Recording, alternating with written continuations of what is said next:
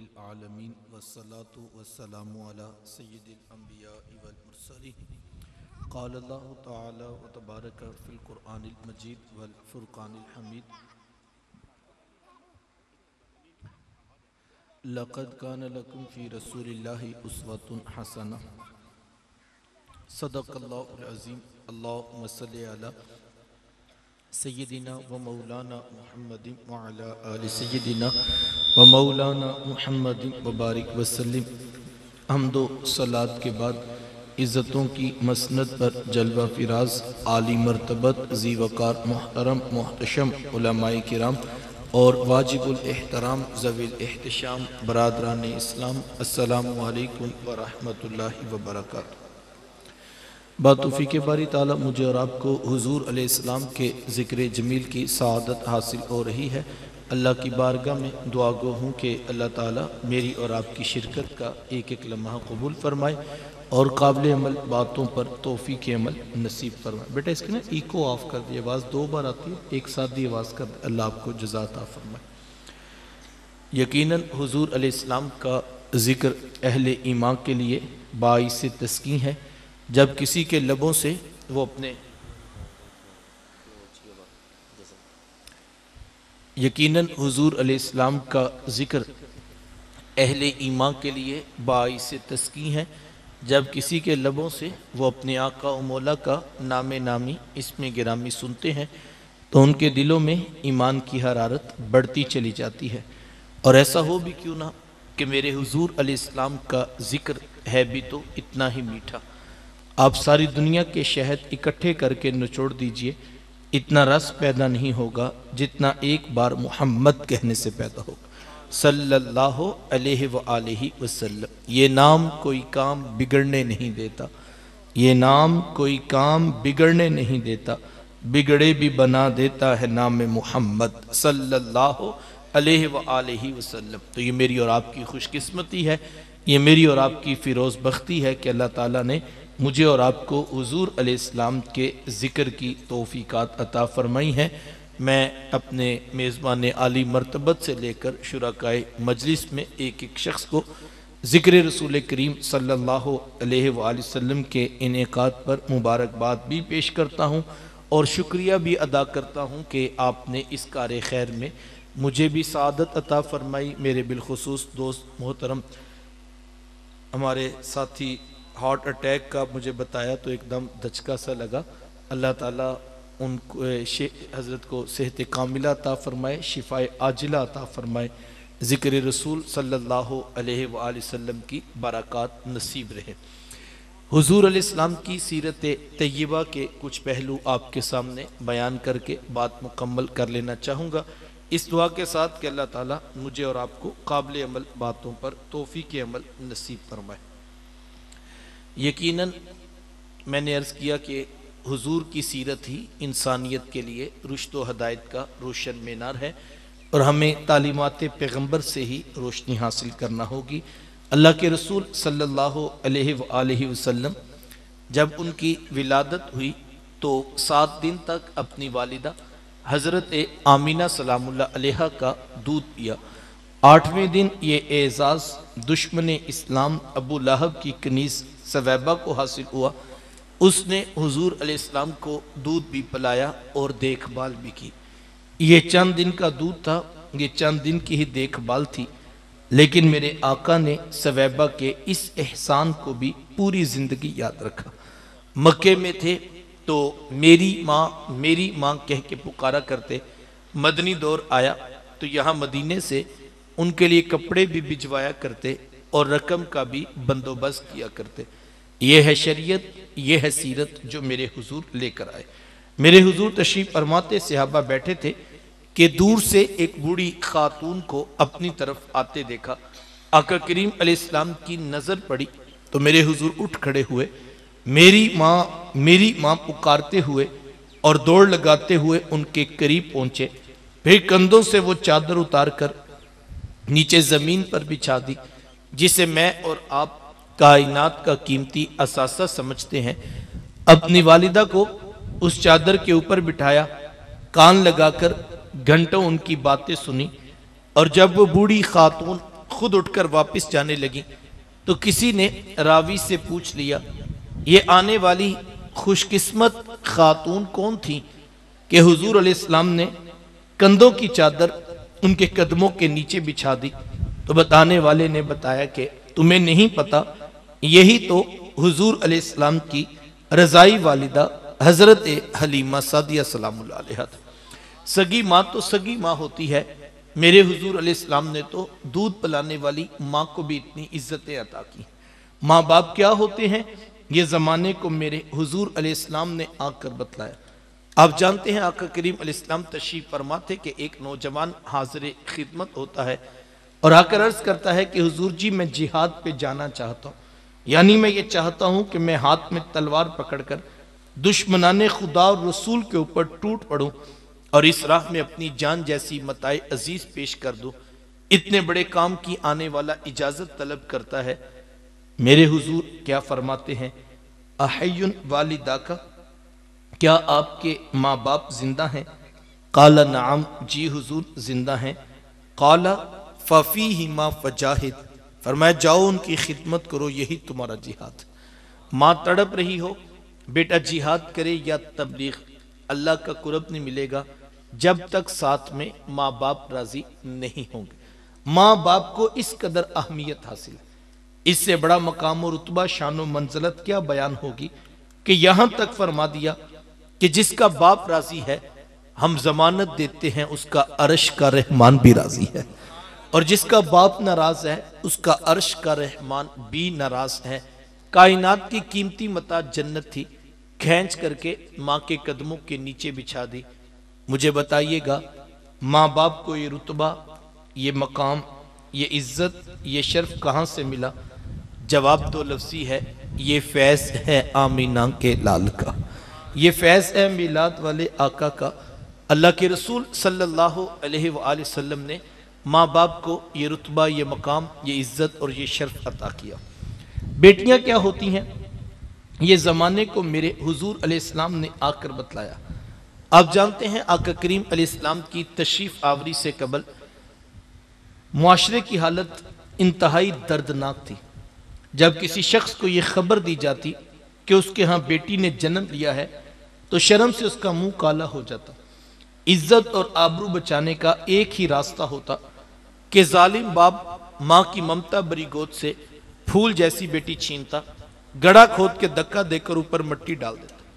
اگر کوئی باپ اتنا ظالم، اتنا سفاک تھا تو وہ اس قابل تھا کہ معاشرے میں سر اٹھا کر جی سکتا ہے، اور اگر کسی کے ہاتھوں میں اتنی سکت نہیں کہ اپنی زندہ بیٹی کا گلا دبا سکے تو وہ اس قابل نہیں تھا کہ معاشرے میں سر اٹھا کر جی سکے۔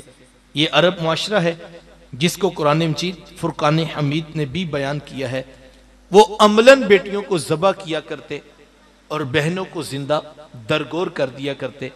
جس دور میں بیٹی ذبح کی جا رہی تھی، جب بہن زندہ درگور کر دی جاتی، میرے حضور اس دور میں کلمہ حق بلند کیا، بیٹیوں کو ذبح کرنے والوں سن لو، فاطمہ تو بدعات منی، میری فاطمہ تو میرے جگر کا بھی ٹکڑا ہے۔ یہ کلمہ محبت بھی ہے، یہ کلمہ جہاد بھی ہے۔ دیکھیں آج میں یا آپ اپنی بیٹی یا بہن کے لیے کوئی پیار بری بات کہیں تو یہ بہت بڑی بات نہیں ہے۔ آج اس معاشرے میں بیٹی کی عزت ہے، آج اس معاشرے میں بہن کا وقار ہے۔ یوں ہی تو نہیں بوڑھا باپ اپنی جھکی ہوئی کمر پہ بوریاں لاد لاد کے مزدوری کر رہا ہے کہ میں نے اپنی بیٹی کو عزت کے ساتھ رخصت کرنا ہے۔ جوان سال بھائی فیکٹری میں اوور ٹائم لگا رہے ہیں کہ ہم نے بہنوں کو عزت کے ساتھ بیانا ہے۔ یار یہ باپ تو ذبح کرتا تھا، یہ بھائی تو زندہ درگور کر دیتا تھا۔ مجھے بتائیے ان کے سینوں میں یوں کوٹ کوٹ کر پیار کس نے بھر دیا؟ جواب ایک ہی ملے گا، یہ فیض ہے آمینہ کے لال کا، یہ فیض ہے میلاد والے آقا کا، جنہوں نے کٹتی بیٹیوں کو عزت اور زندگی کی بہاریں عطا فرمائیں۔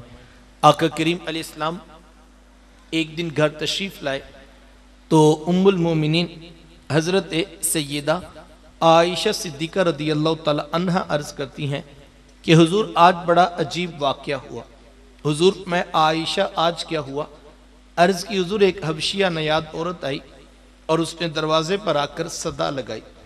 میں نے گھر میں تلاش کیا کہ کوئی چیز مل جائے تاکہ میں سائل کو صدقہ کر دوں۔ تلاشِ بسیار کے بعد مجھے صرف ایک کھجور ملی اور میں اس کو وہی صدقہ کر دی۔ حضور اس نے اس کھجور کے 2 ٹکڑے کیے، ایک دائیں جانب والی بیٹی کو کھلا دیا اور ایک بائیں جانب والی بیٹی کو کھلا دیا۔ حضور جی ماں خود بھی بھوکی تھی، اس کا اپنا پیٹ بھی کمر سے لگا ہوا تھا، لیکن اس نے خود کچھ نہ کھایا اور سب کچھ اپنی بیٹیوں کو کھلا دیا۔ یہ کہتے کہتے ام المومنین آبدیدہ ہو گئی، آنکھوں میں آنسو آ گئے۔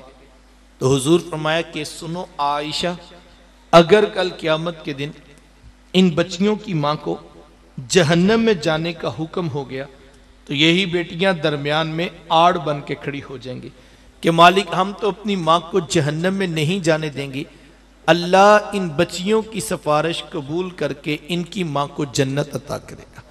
کہاں بیٹیاں باعث شرم و ننگوار سمجھی جاتی تھی، کہاں بیٹیاں ہی دخول جنت کا سبب قرار پائیں۔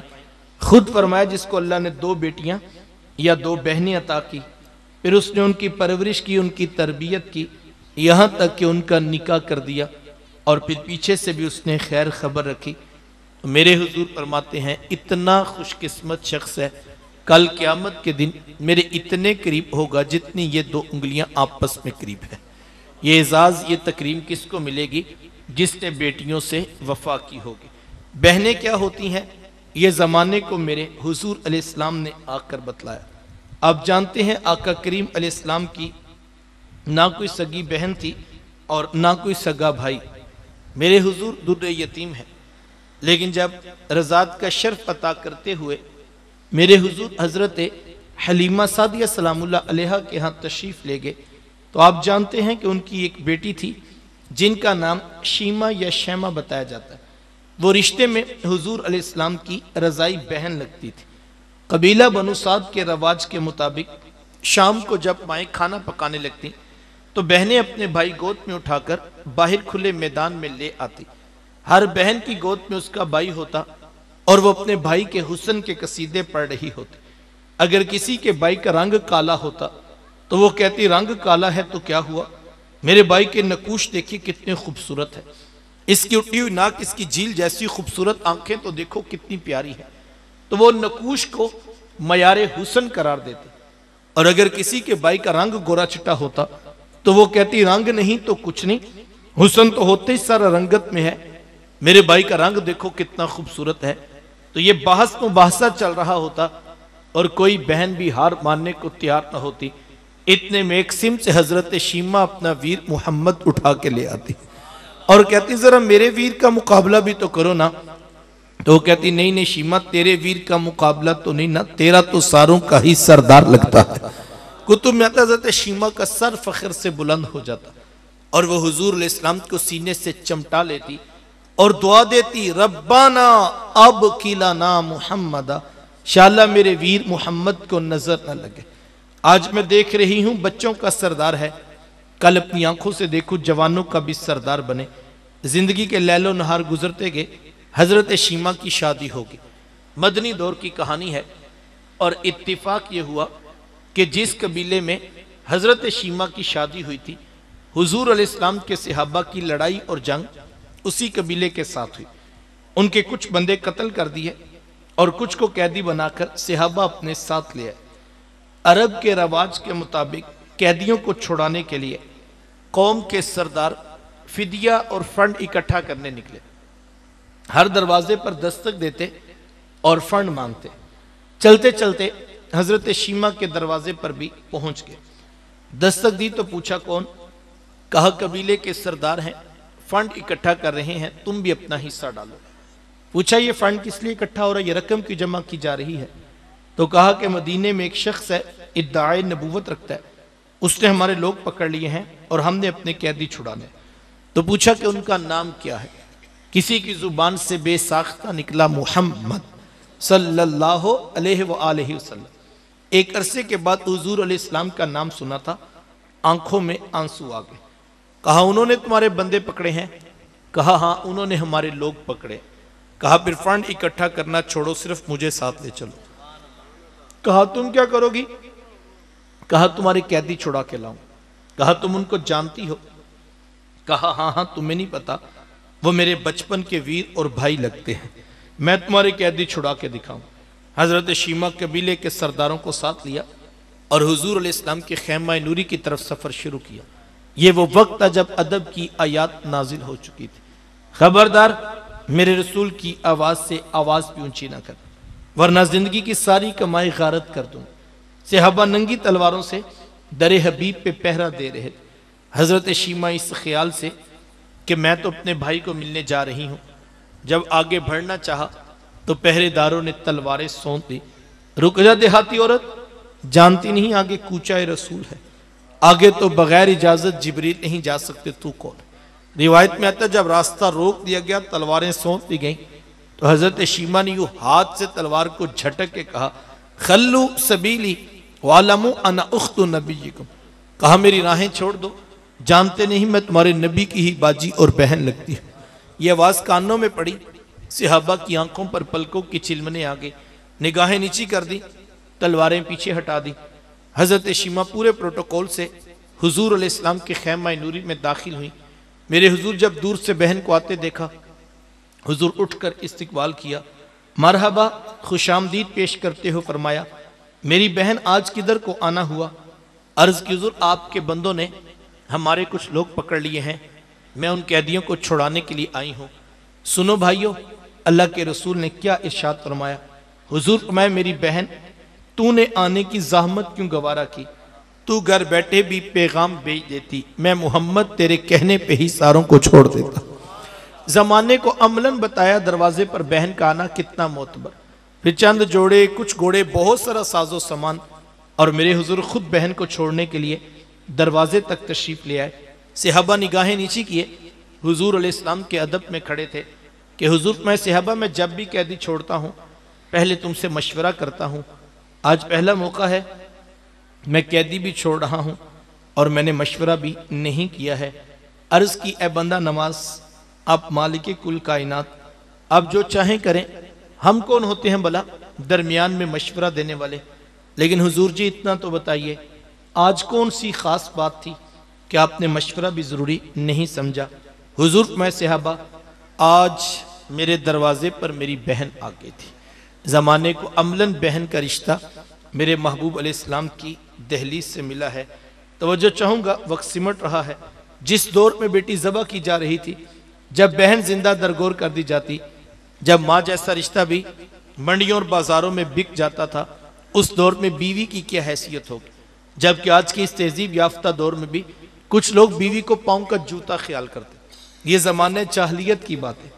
آقا کریم علیہ السلام نے ازواج مطہرات کے ساتھ جو حسن سلوک کی داستانیں رقم کی ہیں، زمانہ ان کی مثال نہیں لا سکتا۔ کسی کو میرے حضور حمیرہ کہہ کے پکارتے ہیں، کسی کے لیے بکری کا بچہ ذبح کرتے ہیں اور گوشت کے مختلف ٹکڑے ان کی سہیلیوں کے ہاں بیچتے ہیں۔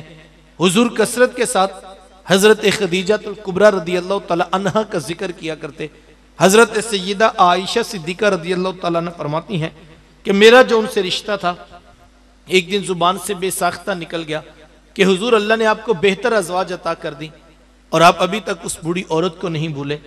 فرماتے پھر حضور کے چہرے پر جلال آ گیا اور حضور میں اے عائشہ مجھے خدیجہ کے بارے تکلیف نہ دو، جب پورے مکے نے میرا انکار کیا تھا ایک خدیجہ تھی جس نے میرا اقرار کیا تھا، کہاں میں انہیں کیسے بلا سکتا ہوں جب زمانہ میری مخالفت کر رہا تھا۔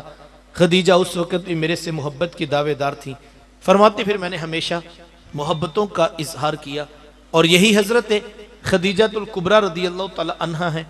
جب ان کا وقت آخر قریب آیا تو حضرت سیدہ فاطمہ الزہرا رضی اللہ تعالی عنہ کو بھیجا اور کہا بیٹا جاؤ جا کر حضور علیہ السلام سے چادر رحمت مانگ لاؤ۔ سیدہ حاضر خدمت ہوئی اور آ کر عرض کی کہ میری والدہ چادر مانگ رہی ہیں۔ آقا کریم علیہ السلام نے چادر بھی اتار کر پیش کر دی اور ساتھ فرمایا بیٹا اپنی والدہ سے پوچھو یہ چادر کیا کرنی ہے۔ یہ کہتے کہتے میرے حضور بھی ساتھ تشریف لے آئے اور حضور میں خدیجہ آپ نے چادر کیا کرنی ہے؟ عرض کی حضور مجھے جو بخار ہے لگتا یوں ہے کہ جان لیوا ثابت ہوگا، میری آرزو یہ ہے کہ مجھے کفن ملے تو آپ کی چادر رحمت میں ملے۔ یہ حضور علیہ السلام کی سیرت کا کتنا بڑا حوالہ ہے کہ بیوی آرزو کر رہی ہیں اگر مجھے شوہر کی چادر میں کفن مل جائے تو یہ رب کے حضور میری بخشش کی ضمانت ہوگی۔ حضور علیہ السلام نے چادر بھی اتار کر پیش کر دی اور ساتھ تاریخ ساز جملہ ارشاد فرمایا، خدیجہ آپ نے تو صرف چادر مانگی تھی، لو اردتی جلدی لآتے تو کی، اگر آپ مجھ محمد کی جلد بھی مانگ لیتی میں وہ بھی اتار کے پیش کر دیتا۔ زمانے کو رشتوں کا تقدس میرے محبوب علیہ السلام کی دہلیز سے ملا ہے۔ صاحبو یہ وہ محبتوں کا دین ہے، یہ وہ الفتوں کا پیغام ہے، یہ وہ جوڑنے والی بنیادی تعلیمات ہیں جو لے کر میرے حضور اس کائنات میں جلوہ فراز ہوئے۔ ہم نے حضور علیہ السلام کی آمد کی خوشی میں کمکمیں روشن کی، ہم نے چراغاں بھی کیا، ہم نے راہوں میں پھول کلیاں پتیاں بھی بچھائیں، ہم مٹھائیاں بھی بانٹ رہے ہیں اور ہم دیگے بھی پکا کر تقسیم کر رہے ہیں، اور ہم ایسا کیوں نہ کریں، خوشی ہے آمینہ کے لال کے تشریف لانے کی۔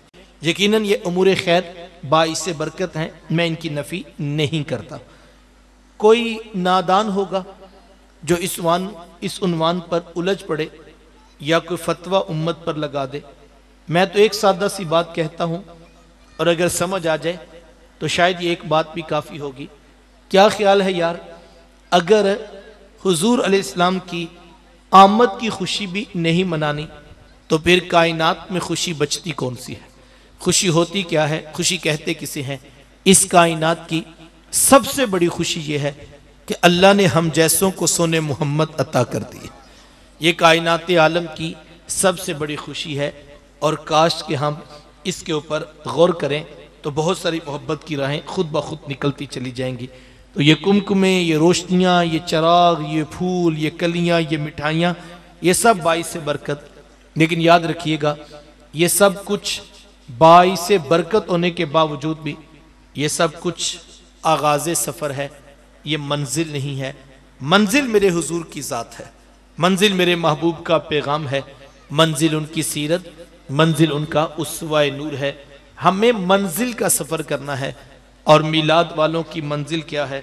میرے شیخ طریقت اپنے میٹھے لہجے میں کہا کرتے ہیں کہ بیٹا یہ نہ ہو کہ لوگ تم سے پوچھیں کہ تم کون ہوتے ہو اور تم پاسپورٹ سے مذہب والا خانہ نکال کے دکھاؤ، یہ دیکھیں اسلام نے کہا ہم مسلمان ہوتے ہیں۔ کہا نہیں بیٹا، نہ کسی کو پوچھنا پڑے، نہ کسی کو بتانا پڑے، تم دور سے آ رہے ہو، تمہاری وضع قطع، شکل و صورت، چال ڈھال، انداز معاشرت اتنا خوبصورت ہو کہ تم دور سے آ رہے ہو اور لوگ مسکرا کے کہیں وہ دیکھیے میلاد والے آقا کا امتی آ رہا۔ نور آنکھوں میں تو چہروں پہ اجالے ہوں گے، مصطفیٰ والوں کے انداز نرالے ہوں گے۔ مجھے اور آپ کو سیرت کو اپنانا ہوگا، محبوب کے اخلاق، ان کی بتائی ہوئی باتیں، ان کے اسوہ نور کے اوپر عمل پیرا ہونا ہوگا۔ یہی مقصود میلاد ہے، یہی مقصود شریعت ہے کہ تم اس رسول کی اتباع میں آ جاؤ، اور رب کا وعدہ ہے اگر تم اس رسول کی اتباع میں آ جاؤ یحببکم اللہ، پھر اللہ تمہیں اپنا محبوب بنا لے گا، پھر اللہ رب ہو کے تم سے پیار کرے گا اور تمہارے گناہوں کو بخش دے گا۔ لیکن یہ تب ہوگا جب تم اور میں اتباع رسول میں جمع ہوں گے، اور اگر ہم معاذ اللہ اس رسول کی اطاعت سے انحراف کرتے ہیں تو پھر جو حالت ہماری اس وقت موجودہ نظر آ رہی ہے وہ کسی سے بھی مخفی نہیں ہے۔ ہماری ذلت، ہماری رسوائی، ہماری نکبت، ہماری جو ہے وہ تزلزل کی کیفیت اور مسلسل تنزلی کا جو ہم شکار ہیں، اس کی بڑی وجہ یہ ہے ہم تعلیمات پیغمبر سے بہت دور جا چکے ہیں۔ واپس پلٹنا ہوگا، سیرت کے اجالے، محبوب کی باتیں، ان کی اتباع، ان کا اسوہ نور، ان کے اخلاق حسنہ اور ان کے دیے ہوئے دین کی مطابقت میں جب تک نہیں آئیں گے نتیجہ حاصل نہیں ہوگا۔ ہم نے بہت کچھ دیکھ لیا لیکن حاصل کچھ بھی نہ ہوا۔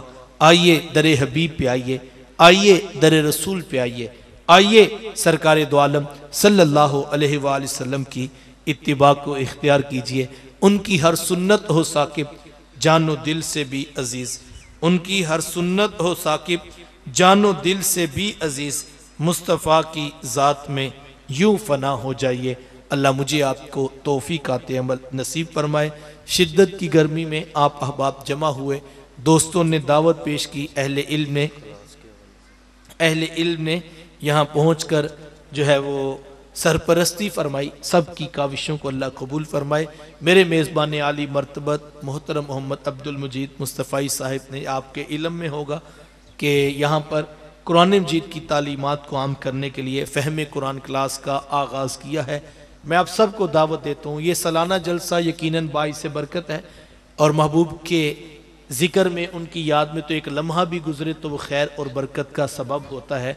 تو سالانہ جلسہ بھی ہوتا رہے، لیکن ماہانہ، ہفتہ وار، بلکہ دن کوئی ایسا نہیں گزرنا چاہیے جس میں ہم نے محبوب کی کتاب کو سیکھا نہ ہو۔ محبوب سے عشق یہی ہے کہ محبوب کی کتاب آتی ہو۔ میں نے رات میں کسی نشست میں کہا تھا کہ یار وہ کیسا عاشق ہے جس کو محبوب کی کتاب ہی نہیں پڑھنی آتی۔ تو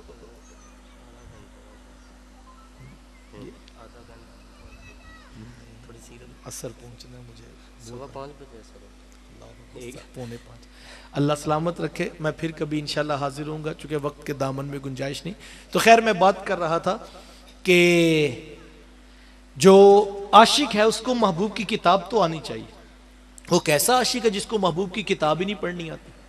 یعنی ذرا میں اور آپ اپنے عشق کا جائزہ تو لیں کہ جس پیغمبر علیہ السلام کے نام پر ہم کٹنے مرنے کے لیے آمادہ ہیں، ہم سب کچھ اپنا قربان کر دینے کی جو ہے بات کرتے ہیں، اور یقیناً ایمان کا تقاضا بھی یہی ہے، لیکن کتنی عجیب بات ہو اور کتنے افسوس کی بات ہو کہ ہم سب کے پاس محبوب کی کتاب کے 30 پارے موجود ہوں، ہزاروں آیتوں پر مشتمل محبوب کی کتاب ہمارے پاس موجود ہے، لیکن ہمیں اوپر سے دیکھ کر بھی پڑھنی نہیں آتی، تو کتنے افسوس کی بات ہوگی۔ میں کہتا ہوں کہ اکثر لوگ کہتے جناب ہمارے حضرت نے فلاں کلام لکھا ہے، ذرا وہ پڑھ کر سنا دیجئے۔ کوئی اپنا تنظیمی منشور پیش کرتا ہے، جناب ذرا اس پہ بھی نظر ثانی کیجئے گا، اور کوئی جو ہے وہ اپنے بزرگوں کی کتاب پکڑاتا ہے کہ جناب یہ میرے حضرت کی لکھی ہوئی کتاب ہے، یہ تصوف کے عنوان پر ہے، یہ اخلاق کے عنوان پر میرے بزرگوں کی تحقیق ہے، اور کوئی کہتا ہے یہ ہمارے حضرت، ہمارے مفتی صاحب کا مقالہ ہے، ذرا دیکھیے کہ انہوں نے پی ایچ ڈی کی ہے اس موضوع پر۔ میں صاحب نسبتوں کا قائل ہوں، میں کسی کا انکار نہیں کرتا، لیکن میں اتنا کہتا ہوں یار پیر کی کتاب پیش کرتے ہو اپنے مشہور شاعر کا، لوگ بعض کہتے ہیں مجھے ماں کی شان پڑھ کے سنا دیں، کوئی کہتا ہے جناب باپ کی شان پر بھی کچھ 2 لمحے لگا دیجئے، ہمیں وہ بھی کلام پڑھ کر سنا دیں، برکت کی بات ہے، میں نفی نہیں کرتا۔ یار کوئی یہ کیوں نہیں کہتا ہمیں سونے محمد کا کلام سکھا دے، ہمیں رسول کی کتاب سکھا دو، ہمیں مفہوم تو بتاؤ لکھا کیا ہے؟ وہ کیسا عاشق ہے جس کے دل میں تڑپ ہی نہیں ہے؟ میں یہ کہتا ہوں قرآن مجید کے اعجاز، قرآن مجید کے معجزات، قرآن مجید کے بتائے ہوئے اسلوب بیان، اس کی حقانیت، اس کی نورانیت، اس کی روحانیت کا تو جواب ہی کوئی نہیں۔ میں یہ کہتا ہوں کہ بہت ساری عظمتیں کہ لا ریب فی، اس میں شک نام کی شے کوئی نہیں، 100% سچ پر مشتمل یہ کتاب، لیکن میں کہتا ہوں یہ ساری عظمتیں، لیکن اگر پڑھتے پڑھتے کبھی قرآن پڑھتے ہوئے یہ خیال آ جائے کہ یار یہ وہ لفظ ہیں جو میرے محبوب کی زبان سے نکلے ہیں، اور 100% اصلی صورت میں، اور اللہ بھلا کرے علماء کا جنہوں نے زبریں زیریں اعراب لگا کر مزید آسان کروا لیا، اور میں اور آپ کوئی دن ایسا نہیں ہونا چاہیے، کوئی شام ایسی نہیں ہونی چاہیے جس میں ہم نے محبوب کی کتاب بھی نہ پڑھی ہو۔ تو عاشق کا تو عشق یہ ہے کہ ہر لمحہ اس کو محبوب کی کتاب کی طرف دھیان رہے، اور اس کا لفظ اس کا حرف اس کو آتا ہو۔ تو میں تو مبارکباد بھی پیش کرتا ہوں اپنے نوجوان دوست کو، اور آپ کو بھی کہتا ہوں مستقل قرآن سیکھیں، بچوں کو ناظرہ سکھائیں، ان کو جب ناظرہ پڑھنا آ جائے تو یہ نہیں کہ ٹھیک ہے قاری صاحب کو مٹھائی کا ڈبہ دیا، سوٹ دیا اور کہا حضرت الحمدللہ بچے کی دستار ہم نے کر دی ہے، اور بچے نے 7 سال کی عمر سے اوپر سے روانی سے دیکھ کر پڑھنا سیکھ لیا۔ یہ برکت کی بات ہے، بچے نے 7 سال کی عمر میں سیکھ لیا تھا، لیکن یہ نہیں کہ کام ختم ہو گیا، بلکہ اب اس کو بتانا بیٹا اب اس کا ترجمہ، اس کا معنی، اس کا مطلب سیکھنا ہے، اور پھر اس کے بعد اس کے اوپر عمل کرنا ہے، اور جو قرآن کہتا جائے تم عمل کرتے جاؤ، دین بھی بہتر ہوگا، دنیا بھی اور آخرت میں بھی جنت کی راہیں نصیب ہوں گی، لیکن اس کے لیے محنت کرنا پڑے گی، اس کے لیے وقت نکال۔ میں کہتا ہوں خود قرآن مجید پڑھیں، آپ اردو ترجمے والا قرآن مجید لے لیجئے، اور آپ خود روزانہ 2 آیتیں پڑھیں، 3 آیتیں پڑھیں، ترجمے سے پڑھیں، معنی مطلب الحمد سے شروع کر لیں، آپ جو معنی مطلب مفہوم سمجھ نہ آئے اس پر نشان لگائیں، جہاں سے سمجھ نہ آئے نشان لگائیں، جہاں سے سمجھ آئے نہ آئے وہاں پہ نشان لگائیں۔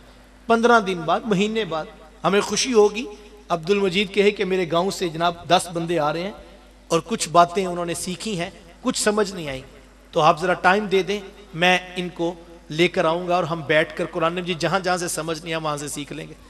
آپ کے شہر میں آپ کے علاقے میں علماء موجود ہیں, اب وہاں پہ چلے جائیں, ہفتے بعد 15 دن بعد. ختم کے لیے بھی تو علامہ صاحب کو بلاتے ہیں نا, تو جب ان کو بلائیں تو کہیں حضرت اس بار آدھا گھنٹہ ہمیں زیادہ دینا ہے. میں نے قرآن مجید کے 3 رکوع پڑھے ہیں, 4-5 جگہوں سے مجھے سمجھ نہیں آیا کہ محبوب کی کتاب میں کیا لکھا ہے, مجھے ذرا محبوب کی کتاب سکھا دیجئے. اپنا سفر شروع کریں, قرآن سے جڑ جائیے. قرآن ہدایت کی کتاب. حضرت علی رضی اللہ تعالیٰ عنہ کے ساتھ حضور نے جب قرب قیامت کے فتنوں کا تذکرہ کیا کہ اتنے فتنے برپا ہوں گے, اتنے فتنے برپا ہوں گے, تو حضرت علی رضی اللہ تعالیٰ نے پوچھ لیا کہ حضور جی پھر بچنے کی صورت کیا ہوگی. کتنے دانا لوگ تھے یار وہ. 2 لفظی سوال کہ بچنا کیسے ہے فتنوں سے, حضور یہ بتا دیں, علاج بتا دیں, مسئلہ حل کیسے ہوگا. تو آقا کریم علیہ السلام نے فرمایا کہ علی, اللہ کی کتاب قرآن مجید, جو قرآن سے جڑ گیا اس نے ہدایت پالی, اور جس نے قرآن چھوڑ کے کسی اور جگہ سے ہدایت لینا چاہیے, علی اللہ اس کو گمراہ کر دے گا. تو مجھے اور آپ کو ہدایت کے لیے ضروری ہے قرآن مجید سے رشتہ جوڑیے, قرآن اور صاحب قرآن کی تعلیمات سے اپنے آپ کو مزین و منور کر لیجئے. اللہ مجھے آپ کو توفیقات عمل نصیب فرمائے. وآخر دعوایا ان الحمدللہ رب